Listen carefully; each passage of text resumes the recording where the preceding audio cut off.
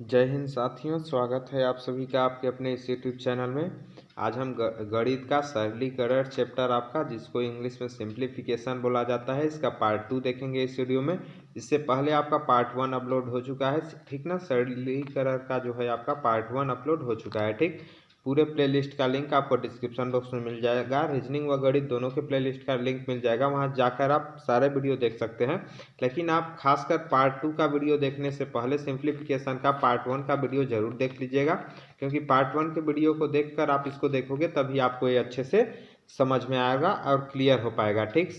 और मैं आपको बता दूं, शाम को आपका रीजनिंग का वीडियो रोज अपलोड हो रहा है अभी, ठीक ना। और सुबह आपका गणित का वीडियो अपलोड हो रहा है, ठीक। तो आप दोनों वीडियो देख सकते हैं, सुबह गणित का, शाम को रीजनिंग का। यदि आप वन रक्षक परीक्षा की तैयारी कर रहे हैं या फिर आप छत्तीसगढ़ की किसी भी प्रतियोगी परीक्षा की तैयारी कर रहे हैं जिसमें गणित व रीजनिंग आते हैं, तो आप यह वीडियो देख सकते हैं। आपके लिए वीडियो लाभदायक है, ठीक, क्योंकि सभी में सेम प्रकार के प्रश्न पूछे जाते हैं, केवल थोड़ा सा लेवल का फर्क रहता है। आप अच्छे क्वेश्चन अटेम्प्ट करोगे यदि इस प्रकार से पढ़ोगे तो, क्योंकि टॉपिक वाइज इसमें आपको पढ़ाया जा रहा है। आप पहले वीडियो को शुरू से अंत तक ध्यान से देख लीजिएगा। लास्ट में देखने के बाद यदि आपको अच्छा लगता है, पहले आप देख लीजिएगा, लास्ट में देखने के बाद यदि आपको अच्छा लगता है तभी लाइक कीजिएगा, वरना मत कीजिएगा। और चैनल पर नए हैं, चैनल को सब्सक्राइब कीजिएगा यदि अच्छा लगता है तो। साथ में मैं आपको बता दूं, इस वीडियो को शेयर आप जरूर कीजिएगा। जितने लोग वन रक्षक का फॉर्म भरे हैं आपके पहचान के, सभी के साथ यह वीडियो शेयर कीजिएगा, ताकि जिसको भी अच्छा लगेगा वो यह वीडियो देखेगा और जिसको अच्छा नहीं लगेगा वो नहीं देखेगा। लेकिन आप शेयर कीजिएगा ताकि सभी तक पहुँचाइएगा, ताकि सभी तक यह वीडियो पहुँच पाए, ठीक।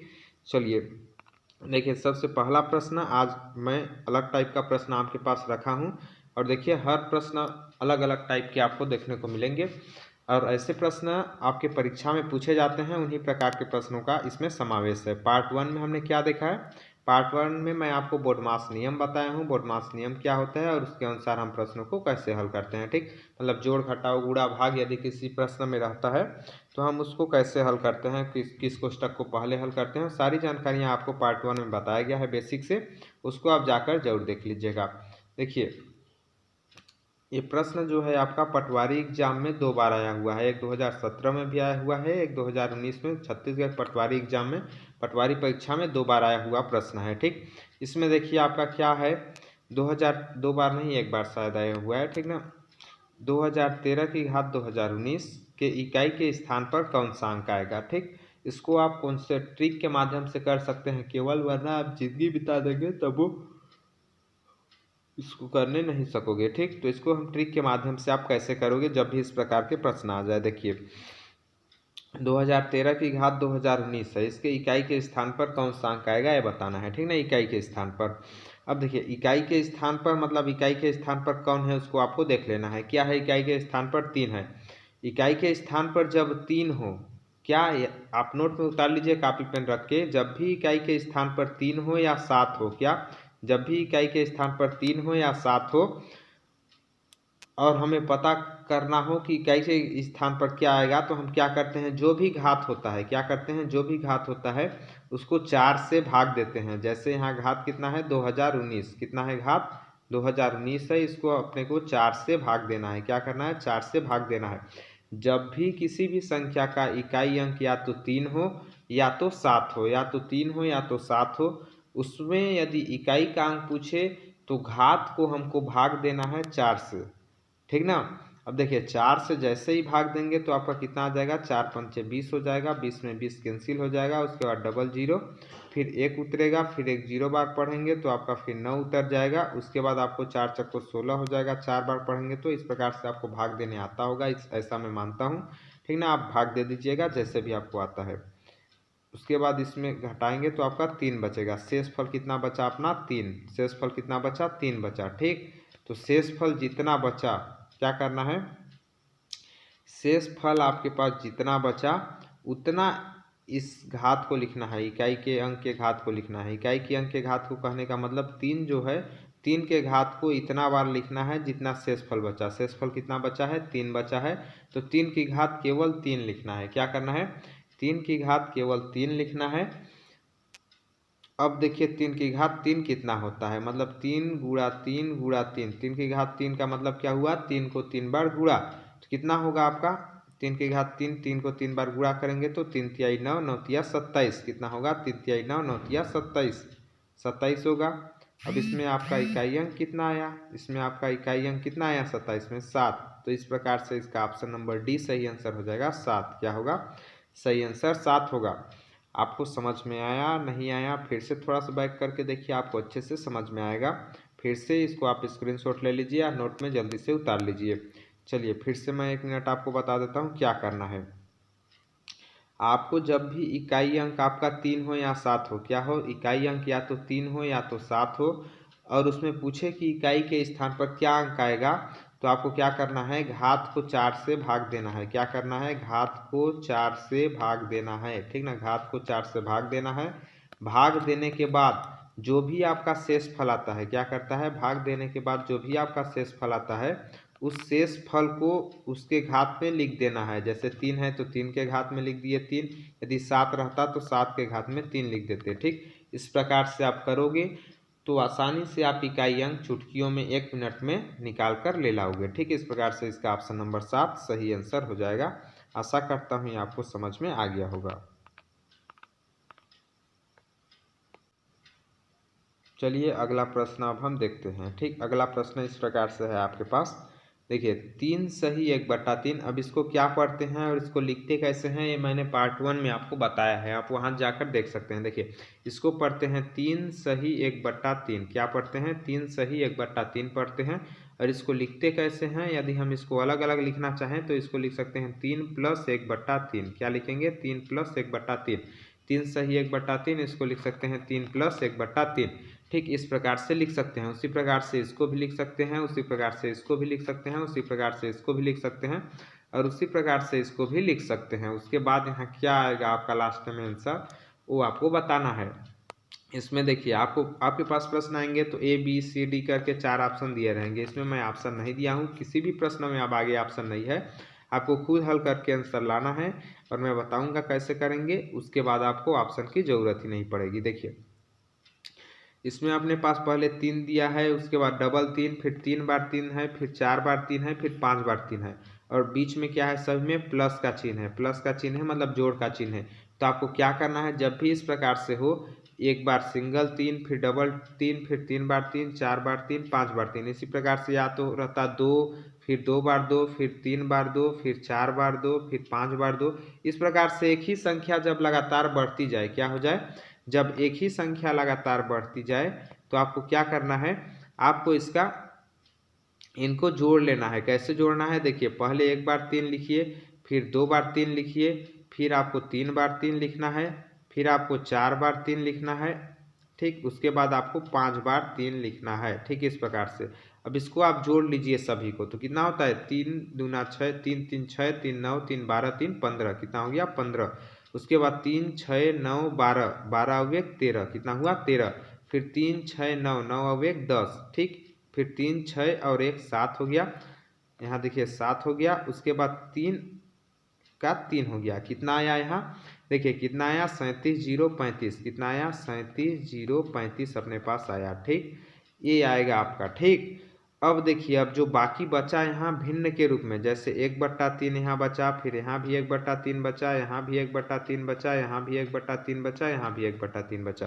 कितने बार है 1/3, 1 2 3 4 5, कितने बार है, 5 बार है 1/3। ठीक ना, तो इसको क्या करना है, 1 है ऊपर में, नीचे में 3 है, सभी के अंश में बराबर है, तो यहाँ आपको प्लस करना है। फिर यहाँ 5 बार 5/3 है, तो क्या करना है, 5/3 लिखना है। क्या करना है, 5/3 लिखना है। ठीक, अब 5/3 को आप कैसे लिख सकते हैं, ऐसे भी लिख सकते हैं 1 + 2/3। क्या लिखना चाहें तो आप ऐसे लिख सकते हैं 5/3 को 1 + 2/3, या यहाँ होगा। ठीक ना, या 1 मिनट, यहाँ देखिए आप 5/3 को इस प्रकार से लिख सकते हैं। आपको थोड़ा सा भिन्न आता होगा तो आपको पता होगा। 5/3 को आप 1 धन 1 2/3 लिख सकते हैं। इसको आप हल करेंगे तो कैसे आएगा, देखिए 3 1 कम 3, और 3 और 2 5, तो इसको 5/3 या 1 + 2/3 लिख सकते हैं इस प्रकार से। ठीक, चलिए अब मैं मिटा देता हूँ आपको और अच्छे से बताता हूँ।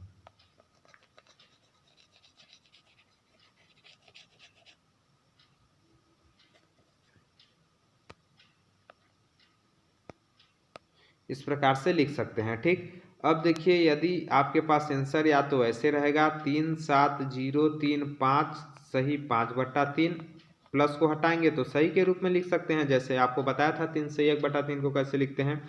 या फिर आपके पास आंसर रहेगा इसमें, देखिए यहाँ एक है तो एक इधर आके जुड़ जाएगा, ठीक ना, तो 5 है वो कितना हो जाएगा 6 हो जाएगा, 5 है वो कितना हो जाएगा 6। देखिए एक जो है यहाँ से आकर इधर जुड़ जाएगा, तो यहाँ लास्ट में जो 5 है 5 और 1 6 हो जाएगा। तो इसको क्या लिख सकते हैं 37036, क्या 37036। उसके बाद आपका हो जाएगा सही 2/3, क्या होगा 37036 सही 2/3, क्या होगा 37036 सही 2/3। तो आप इसको कैसे हल करोगे आपको पता चला, ठीक, पता चला कि नहीं बताइए। ठीक, देखिए इसका आंसर कितना आया। सबसे पहले हम क्या किए, इन तीन को, इन 3 डबल 3, 3/3, 4/3, 5/3, इस प्रकार से जो आपका 3 है इन सभी को हमने जोड़ा। क्या किया हमने, पहले सभी को जोड़ा, जोड़ने के बाद इसमें जो भिन्न के रूप में दिया हुआ है उसको हम अलग अलग लिख लिए, जितने बार है उतना हम लिख लिए। ठीक है, 1/3 5 बार है तो ये 5/3 हो जाएगा, और 5/3 को ही हम लिख सकते हैं 1 + 2/3। ठीक, और बाकी यहाँ जब उसको जोड़े तो 37035 आया। ठीक, तो देखिए 1 + 2/3 है तो 5 में 1 जोड़ देंगे तो कितना हो जाएगा 37036 हो जाएगा आपका। उसके बाद धन 2/3 होगा, तो धन को हम सही के रूप में लिख सकते हैं, तो आपका हो जाएगा 3706 सही 2/3, इस प्रकार से। ठीक, आपका ये आंसर हो जाएगा इस प्रकार से।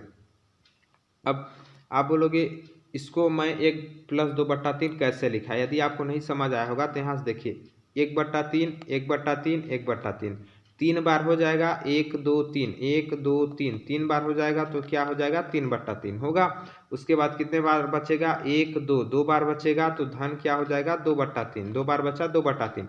अब 3/3 1 से कट जाएगा तो 1 + 2/3, ऐसे भी आप इसको लिख सकते हो और समझ सकते हो। ठीक, इस प्रकार से आप इसको आसानी से हल कर सकते हो। चलिए अब हम देखते हैं अगला प्रश्न। अगला प्रश्न देखिए किस प्रकार से है। अगला प्रश्न भी उसी प्रकार का है आपका, ठीक, लेकिन थोड़ा सा अलग है, समझिए इसको। देखिए यहाँ क्या है, उसमें क्या था, ये जो बट्टे के रूप में दिया हुआ था 1/3, 1/3, 1/3 सभी में दिया हुआ था, लेकिन इसमें क्या है, एक में 1/3 है, फिर 2/3, 3/4, 1/4 अलग अलग दिया हुआ है। फिर आपका यहाँ शुरू में 9 है, 19 है, उसके बाद 20 है, उसके बाद 9 है, सभी में क्या है प्लस का चिन्ह है। अब देखिए इसको हम कैसे हल करेंगे, तो जिसमें हर का मान समान है, किसमें किसमें समान है 1/3 व 2/3 में क्या है हर का मान समान है, तो हम इन दोनों को केवल लेंगे। क्या करेंगे, इन दोनों को पहले हल करेंगे, और इन दोनों को, इसमें हर का मान 4 समान है, इसमें 4 समान है, तो इन दोनों को एक तरफ से हल करेंगे। ठीक, इस प्रकार से हम अलग अलग हल करेंगे। तो देखिए कैसे हल करेंगे, पहले क्या करेंगे 9 व 19 को जोड़ेंगे, जैसा उसमें मैं आपको बताया था कि 3 डबल 3 को जोड़े थे, उसी प्रकार इसमें 9 और 19 को जोड़ेंगे तो कितना हो जाएगा आपका 28 हो जाएगा। ठीक, जोड़ेंगे तो 28 हो जाएगा, 28 हो गया। उसके बाद क्या है 1/3 और 2/3, क्या है 1/3 बचा प्लस 2/3 बचा। ठीक, 1/3 प्लस 2/3, इसको हम जोड़ेंगे तो क्या हो जाएगा 3 का नीचे 3 हो जाएगा, और 1 और 2 को जोड़ेंगे तो 3 हो जाएगा। कितना होगा 1 धन 2 बराबर 3, तो 3/3 मतलब 3 1 कम 3, तो क्या हो जाएगा 1 हो जाएगा। यहाँ कितना आ जाएगा 1 आ जाएगा। ठीक, तो इस पूरे का मान आपका कितना आ जाएगा, इस पूरे का मान जो है 28 धन 1 कितना आ जाएगा 28 प्लस 1 आ जाएगा, तो 28 और 1 आपका 29 आ जाएगा। कितना आएगा उसका मान, इसका मान आपका 29 आ जाएगा। ठीक, 29 मान आ गया। कितने तक का 29 मान आया, देखिए कलर चेंज कर देता हूँ, इस पूरे का मान अपने पास कितना आया 29 आया। ठीक, याद रखिए। अब देखिए इसको हम हल करते हैं, ठीक ना, इस पोर्शन को। तो देखिए 20 और 9 को जोड़ेंगे, जैसा कि इसमें हमने जोड़ा 20 और 9, तो कितना हो जाएगा आपका 29 हो जाएगा। 20 और 9 आपका 29 हो जाएगा, 29 हो गया। अब देखिए क्या है 3/4 है और 1/4 है, इसको जोड़ेंगे 3/4 धन 1/4, इस प्रकार से जोड़ेंगे तो कितना आ जाएगा 3/4 धन 1/4, तो आपका 3 और 1 4 हो जाएगा, और नीचे में तो 4 रहेगा। ठीक, तो 4/4 हो जाएगा, 4 1 कम 4, 4 1 कम 4 आ जाएगा 1, कितना आएगा 1। 29 और 1 कितना आया 29 और 1, तो 29 धन 1 करेंगे तो आपका कितना आ जाएगा 30, कितना आ जाएगा 30। तो इस पूरे का मान कितना आया अपने पास, अब समझिए इस पूरे का मान अपने पास कितना आया 30 आया, इस पूरे का मान कितना आया 30 आया, और इस पूरे का मान अपने पास आया हुआ है 29, ठीक ना। तो बीच में क्या है, कौन सा चिन्ह है, प्लस का चिन्ह, बीच में आपका प्लस का चिन्ह है। तो क्या करेंगे 29 और 30 को जोड़ देंगे, क्या करेंगे 29 धन 30 कर देंगे, 29 व 30 को जोड़ेंगे तो कितना आ जाएगा 30 30 60 होता है, तो 59 हो जाएगा, कितना हो जाएगा 59 हो जाएगा, 59 इसका आपका आंसर हो जाएगा, कितना होगा 59 जो है आपका इसका आंसर हो जाएगा। ठीक इस प्रकार से आप हल कर सकते हो आसानी से। नोट लिखे होगे, नोट कॉपी पेन रखे होगे तो उतार लो, नहीं तो स्क्रीनशॉट ले लो, आपको समझ में आ जाएगा, थोड़ा भी आपको भिन्न आता होगा तो। ठीक इस प्रकार से इसका जो है आपका 59 आंसर हो जाएगा। कैसे किया हमने एक बार फिर से आपको बता दूं, पहले हम 9 व 19 को जोड़े, उसके बाद 1/3 व 2/3 को जोड़े, उसके बाद इन दोनों को जोड़ दिए। उसी प्रकार हम 20 और 9 को जोड़े, उसके बाद 3/4 को जोड़े, 1/4 को जोड़े, और इन सभी को फिर एक साथ जोड़ दिए। फिर इतना में जो आया अपने पास 29 और इतने में अपने पास आया 30, इन दोनों को जब जोड़ दिए तो 59 आ गया, और 59 अपना आंसर हो गया, उत्तर। ठीक इस प्रकार से हमने किया प्रश्न में। चलिए अगला प्रश्न देखते हैं। अगला प्रश्न देखिए किस प्रकार से है, इसमें भी मैं आपको ट्रिक बताऊंगा कि ऐसे प्रश्न को आप कैसे हल करोगे। ठीक, बाकी तो अभी इससे पहले वाले प्रश्न में ट्रिक नहीं बताया, मैं आपको तरीका बताया कि इस प्रकार से ऐसे प्रश्न को हल किया जाता है और इस प्रकार प्रश्न पूछे जाते हैं आपके। ठीक, देखिए जब भी आपके पास क्या हो 99 सही 42/49 गुणा 49, जब भी ये चिन्ह और ये चिन्ह दोनों क्या हो बराबर हो, कौन कौन बराबर हो आपको पता चल गया, इधर वाला जो दिया हो और इधर वाला जो पोर्शन दिया हो वो दोनों बराबर हो, तो क्या हो करेंगे ऐसे प्रश्न को हल करने के लिए आपको करना है, ये देखिए 99 जो है ना, ये नीचे ऊपर में नहीं है, ये बीच में है, यहाँ पास है, ठीक है, सही के रूप में। कहाँ है 99 सही के रूप में। तो ऐसे को आप क्या करोगे, जब भी ऐसे प्रश्न दिया हो आपको नीचे वाले को लिखना है, क्या करना है नीचे वाले को लिखना है, उसके बाद सामने जितना 9 रहेगा, क्या सामने जितना 9 रहेगा उतना जीरो बगल में लगा देना है। आप नोट में उतार लीजिएगा मेरे बताने के बाद समझकर कि मैं क्या बोल रहा हूँ। ठीक, नीचे जो भी है उसको उतार लेना है, नीचे 49 है, 49 हमने उतार लिया, नीचे जो है उसको उतार लेना है, नीचे 49 हमने उतार लिया। उसके बाद जितना सामने में 9 है, क्या जितना सामने में 9 है, जितना सामने में 9 है उतना जीरो लगा देना है, तो 2 जीरो हमने लगा दिया। ठीक, जितना सामने में 9 है उतना जीरो लगा देना है। उसके बाद इसमें माइनस करना है, क्या माइनस करना है, नीचे वाले से ऊपर वाले को घटाकर माइनस करना है, क्या नीचे वाले से ऊपर वाले को घटाकर, मतलब 49 में 42 को घटाकर जो आएगा उसको माइनस करना है, तो आपका 7 आएगा, कितना आएगा 7 आएगा। तो यहाँ 7 अपने को माइनस करना है, अब 7 इसमें माइनस करेंगे तो कितना आएगा आपका, 10 में 7 जाएगा 3 हो जाएगा, इधर 9 हो जाएगा, इधर 8 हो जाएगा आपका, इधर 4 हो जाएगा। घटाने आपको आता होगा ऐसा मानता हूँ मैं। तो इस प्रकार से आपका इसका जो आंसर हो जाएगा, इस पूरे का आंसर जो आपका निकल कर आएगा वो कितना आएगा 4893, 4893 इस पूरे का आंसर निकल कर आएगा। वरना आप इसको हल करोगे तो आपके 10 से 15 मिनट 20 मिनट लग जाएंगे, लेकिन ऐसे आप समझ के हल करोगे धकात से आपका आंसर तुरंत आ जाएगा। ठीक, कितना आंसर आया 4893 आंसर आया हमारा। ठीक, अब देखिए इसको कैसे हल किए हम। सबसे पहले नीचे वाले को लिख लेना है, और ये नियम तभी लागू होगा जब सामने में क्या हो, केवल 9 9 हो, कितनों बार 9 हो लेकिन 9 हो, ठीक ना। और इधर वाला पोर्शन नीचे और ये बगल वाला पोर्शन जो है बराबर हो, जैसे 49 दिया हुआ है, कोई भी चीज़ 50 48 कुछ भी हो। ठीक, देखिए नीचे हम इसी टाइप का एक अगला उदाहरण देखते हैं, इसमें और आपको और अच्छे से समझ में आ सकता है। देखिए अब हमने 3 अंक का ले लिया, यहाँ भी क्या है, ये अब ये दोनों क्या हैं बराबर हैं कि नहीं, जिसको जिसको अभी मैं बोला इधर नीचे का और ये दोनों पोर्शन बराबर हैं। साथ में सामने हम देखें तो सामने केवल 9 9 है ना, सामने 9 9। तो हम क्या करेंगे, इसमें हम क्या करेंगे, नीचे वाले पोर्शन को लिखेंगे, जैसे 3 बार 9 है इसको लिखेंगे, पहले 3 बार 9 को यहाँ लिख लिए। उसके बाद क्या करेंगे, सामने जितना 9 है उतना जीरो लगाना है, सामने कितना 9 है 3 9 है, तो 3 इसमें जीरो लगाना है, क्या करना है 3 जीरो लगाना है, 3 जीरो लगा लिए। अब इसमें माइनस करना है, क्या करना है माइनस करना है, किसको माइनस करना है, नीचे वाले में ऊपर वाले को घटाएंगे, उसके बाद जो आएगा उसको माइनस करना है। तो नीचे वाले मतलब 3 बार 9 में नीचे वाला क्या है 3 बार 9 है, उसमें ऊपर वाला कितना है 9 9 5 है, कितना है 9 9 5 है। इसको माइनस करना है तो 999 में 995 घटाएंगे 4 बचेगा आपके पास। अब इसी 4 को यहाँ माइनस करना है, क्या करना है, इसी 4 को यहाँ माइनस करना है। जैसे ही 4 को माइनस करेंगे आपके पास 0 में 4 जाएगा तो नहीं जाएगा, तो यहाँ हासिल लेगा 10 में 4 जाएगा 6 हो जाएगा, इधर आपका 9 हो जाएगा, इधर 9 हो जाएगा, और इधर आपका 8 हो जाएगा, इधर आपका 9 हो जाएगा, इधर आपका 9 हो जाएगा। इस प्रकार से आपका जो है 9,98,996 मतलब 99 89 96 ये आपका आंसर हो जाएगा। इसका क्या होगा, आंसर हो जाएगा, उत्तर हो जाएगा। इस प्रकार से आप हल करोगे ऐसे प्रश्नों को, ठीक ना। ऐसे प्रश्न आपके परीक्षा में आते हैं तो आपको ट्रिक पता होगा तो आप हल कर लोगे आसानी से। आप किसी भी परीक्षा की तैयारी कर रहे हो तो आपके लिए लाभदायक है। टेट के एग्जाम में भी ऐसे प्रश्न आते हैं, ठीक ना। यदि आप शिक्षक पात्रता परीक्षा की तैयारी कर रहे हो फिर भी ऐसे प्रश्न आते हैं। चलिए अगला प्रश्न देखते हैं और इसका भी ट्रिक मैं आपको बताऊंगा, ठीक। देखिए ऐसे प्रश्नों को हल हम कैसे कर सकते हैं। 1/12 धन 1/20 धन 1/30 धन 1/42 धन 1/56, ठीक ना। अब ध्यान से देखें, इसको हम यदि नॉर्मल तरीके से हल करेंगे तो क्या करेंगे, हरों का एलसीएम निकालेंगे। क्या करेंगे, हरों का एलसीएम मतलब हर जो है 12 20 30 42 व 56 इन सभी का लघुत्तम समापवर्तक निकालेंगे। तो ऐसे में अपने को इतना टाइम लग जाएगा कि एक ही प्रश्न को हम हल करते करते हमारा मैथ का पूरा टाइम ही खत्म हो जाएगा।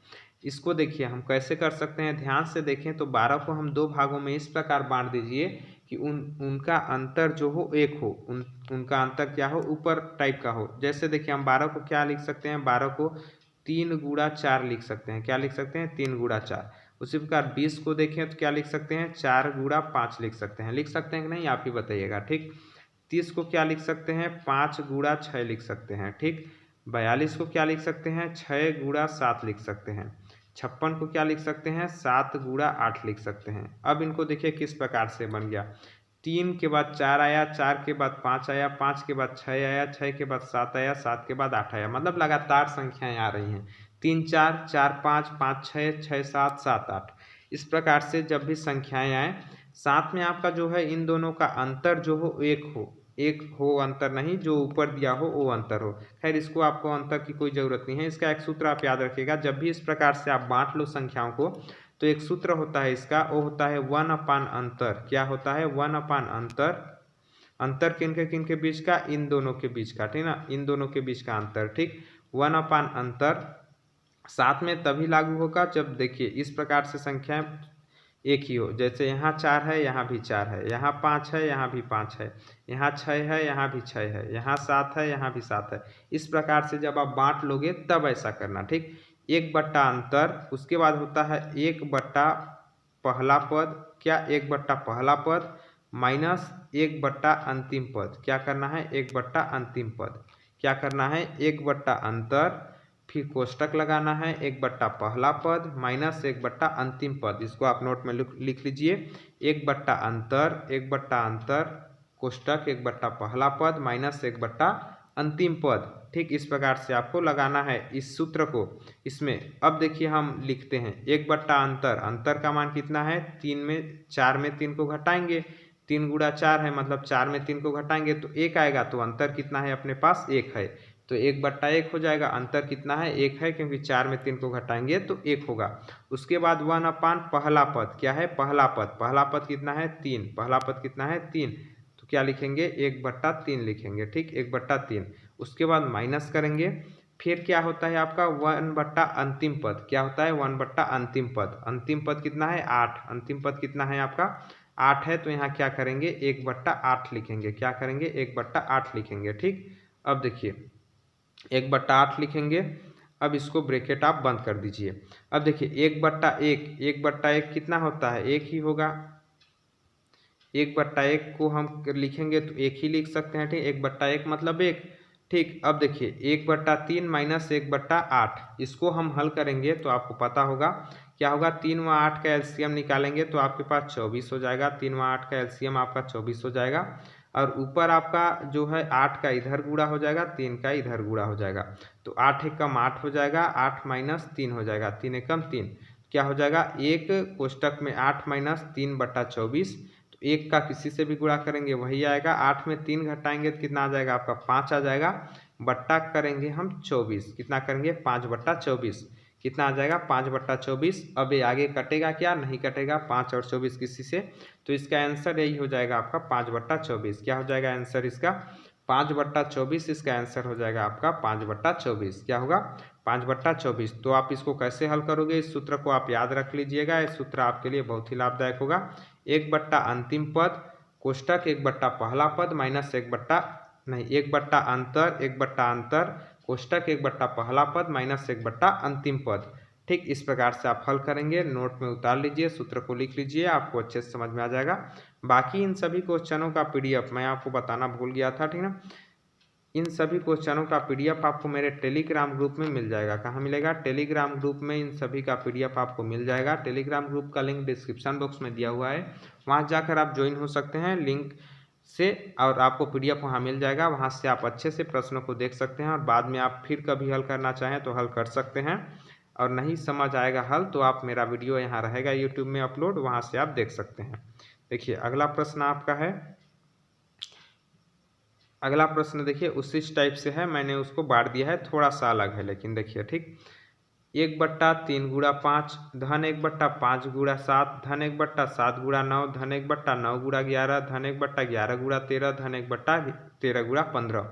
जैसा उसमें मैंने बांटा था लेकिन इसमें बांट दिया गया है पहले। देखिए 3 के बाद 5 है तो 5 यहाँ भी है, 5 यहाँ भी है। उसी प्रकार 7 यहाँ भी है, 7 यहाँ भी है, 9 यहाँ भी है, 9 यहाँ भी है। ठीक 11 यहाँ भी है, 11 यहाँ भी है, 13 यहाँ भी है, 13 यहाँ भी है। इसी प्रकार से उसमें भी था, ठीक ना, एक के बाद एक, एक के बाद एक। ठीक तो देखिए इसमें हमने क्या सूत्र आपको बताया, मैंने 1 बट्टा अंतिम पद क्या बताया, नहीं 1 बट्टा अंतर क्या बताया, 1 बट्टा अंतर, कंफ्यूज मत होइएगा, 1 बट्टा अंतर बट्टा उसके बाद कोष्टक, फिर 1 बट्टा पहला पद माइनस 1 बट्टा अंतिम पद। क्या 1 बट्टा अंतर फिर कोष्टक 1 बट्टा पहला पद माइनस 1 बट्टा अंतिम पद।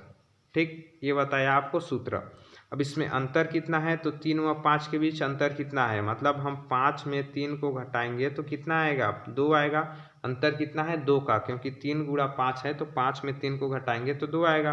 अंतर 2 का है तो यहाँ हो जाएगा 1/2। कितना हो जाएगा 1/2 हो जाएगा। उसके बाद हम कोष्टक करेंगे। कोष्टक के बाद देखिए 1 बट्टा पहला पद, पहला पद कितना है अपने पास 3, कितना है पहला पद 3 है तो पहला पद 1/3। उसके बाद कितना है माइनस, उसके बाद देखिए अंतिम पद क्या होता है, अंतिम पद, अंतिम पद कितना है अपने पास 15, कितना है अंतिम पद 15 है, यहाँ 15 हम कर लेंगे। ठीक 15। देखिए अब देखिए 1/2 है। अब हम कोष्टक के अंदर को पहले हल करेंगे, क्योंकि बोडमास नियम में आपको पता होगा कोष्टक को पहले हल करते हैं। तो 1/2 इधर आपका बाहर ही रह जाएगा, 1/2 बाहर ही रह जाएगा। अब देखिए यदि हम 3 व 15 का एलसीएम निकालें लघुत्तम समापवर्तक, चलिए आपको एलसीएम नहीं पता होगा तो आपको इन दोनों का गुणा कर देना है इधर डायरेक्ट, ठीक ना, क्या करना है गुणा कर देना है, 3 और 15 का गुणा कर देना है, कितना हो जाएगा आपका 15 तिया 45 हो जाएगा। 3 और 15 का गुणा करना है तो आपका कितना हो जाएगा यहाँ 45 हो जाएगा, और 15 का इधर गुणा कर दीजिए, 3 का इधर गुणा, तो 15 एकम 15 हो जाएगा और 3 एकम 3 हो जाएगा, 15 माइनस 3, 15 माइनस 3 करेंगे तो आपके पास हो जाएगा 1/2 यहाँ है। उसके बाद 15 में 3 घटाएंगे तो आपके पास 12 हो जाएगा बट्टा 45 हो जाएगा, कितना 12/45 हो जाएगा। कोष्टक हटाएंगे गुणा हो जाएगा। देखिए 2 एकम 2 हो जाएगा, 2 छिक्का 12 हो जाएगा, कितना 2 एकम 2, 2 छिक्का 12, 6/45 हो जाएगा। अब ये भी 3 से कटेगा, 2 तिया 6 हो जाएगा आपका, मतलब 3 दूना 6 और 15 तिया 45, कितना होगा 2 तिया 6, मतलब 3 दूना 6 और 15 तिया 45, तो यहाँ आपका आ जाएगा 2/15, कितना आ जाएगा 2/15 आ जाएगा। 2/15 ये अब किसी से नहीं कटेगा, तो 2/15 जो है आपका सही आंसर हो जाएगा, इसका लास्ट आंसर कितना हो जाएगा 2/15 इसका लास्ट आंसर हो जाएगा इस प्रकार से।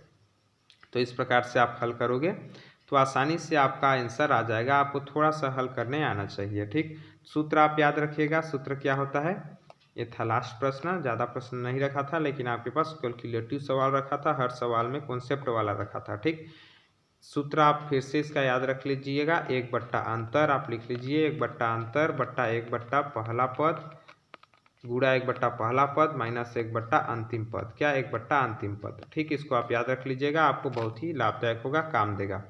तो आशा करता हूँ वीडियो आपको अच्छा लगा होगा। वीडियो कैसा लगा कमेंट बॉक्स में कमेंट करके जरूर बताइएगा। बाकी शाम को आपका रीजनिंग का वीडियो अपलोड होगा, उसको भी आप देख लीजिएगा। साथ में वीडियो अच्छा लगा हो तो लाइक कीजिएगा, शेयर जरूर कीजिएगा, ताकि जितने भी तैयारी कर रहे हैं कोई भी छत्तीसगढ़ प्रतियोगी परीक्षा का, उन तक भी यह वीडियो पहुंच पाए और उनको अच्छा लगेगा तो देखेंगे, नहीं लगेगा नहीं देखेंगे। वीडियो देखने के लिए बहुत बहुत धन्यवाद आप सभी का। जल्द मिलेंगे अगले वीडियो में, तब तक के लिए जय हिंद, जय भारत, जय छत्तीसगढ़।